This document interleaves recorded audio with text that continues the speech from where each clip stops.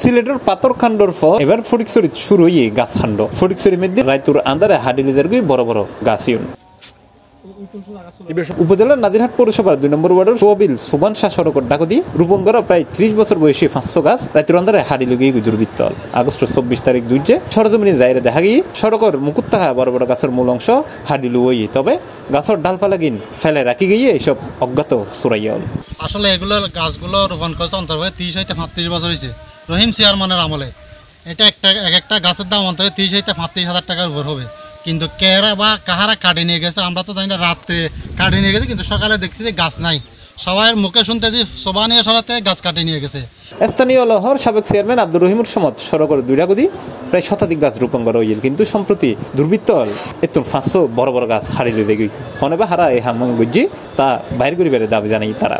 এই গাছগুলো লাগাইছিল রহিম সাহেবের আমলে, আজ থেকে 30-35 বছর হবে। প্রতিদিন আসা যাওয়া করি, আমি আসার সময় দেখতেছি গাছগুলো কেটে নিছে, কিছু অংশ রেখে গেছে, বালাগুলো নিয়ে গেছে। একটা গাছের মূল্য হচ্ছে 30 হইতে 35 হাজার টাকা দাম। কে বা কারা নিছে আমরা জানি না, আমরা এটা সুস্থ তদন্ত বিচার চাই। এই গাছগুলো হলো মানে 30 বছর আগে এই গাছগুলো খেয়ে কাটে নিছে আমাদের পাশের এলাকার, আমাদের বাড়ি এখানে আমরা সবসময় যাতায়াত করি। এই সরকারি গাছগুলো কাটে নিছে, সুষ্ঠু তদন্তের মাধ্যমে আমরা বিচারকে চাই। এই ব্যাপারে নাজিরহাট পৌরসভার প্রশাসক উপজেলা সহকারী কমিশনার ভূমি মোহাম্মদ নজরুল ইসলাম হই বিষয়গান আরাফুন্নি এবং প্রাথমিকভাবে তদন্ত চলে, তবে এখনো সুনির্দিষ্টভাবে জানানো যায় হারা গাছগিন হাইটেই ভালো গিয়ে গুই।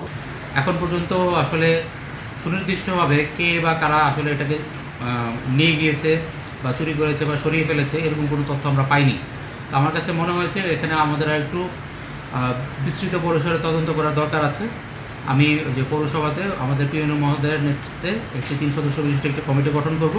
কমিটি হলো কারা আসলে চুরি করেছে, স্থানীয় জনসাধারণের সাথে কথাবার্তা বলে যে কারা এগুলো চুরি করেছে বা সরিয়েছে কেটেছে এটা নিরূপণ করার চেষ্টা করবে এবং এই জিনিসগুলোর যাতে পুনরাবৃত্তি না হয় সেক্ষেত্রে মানে করণীয় সম্পর্কে সুপারিশ প্রদান করবে। আর আপনাদের মাধ্যমে এখানকার স্থানীয় জনসাধারণ যারা আছে তাদেরকে আমরা অনুরোধ জানাবো, মানে এটা আসলে দুঃখজনক ব্যাপার যে এই যে এত বড় বড় বড় গাছগুলো কেটে নিয়ে যাচ্ছে, এই ব্যাপারে আসলে কোনো স্থানীয় জনসাধারণের কারোর কাছ থেকে কোনো ধরনের কোনো কমপ্লেইন বা কোনো ধরনের কোনো তথ্য আসলে আমি পাইনি। C+ TV Chittagong.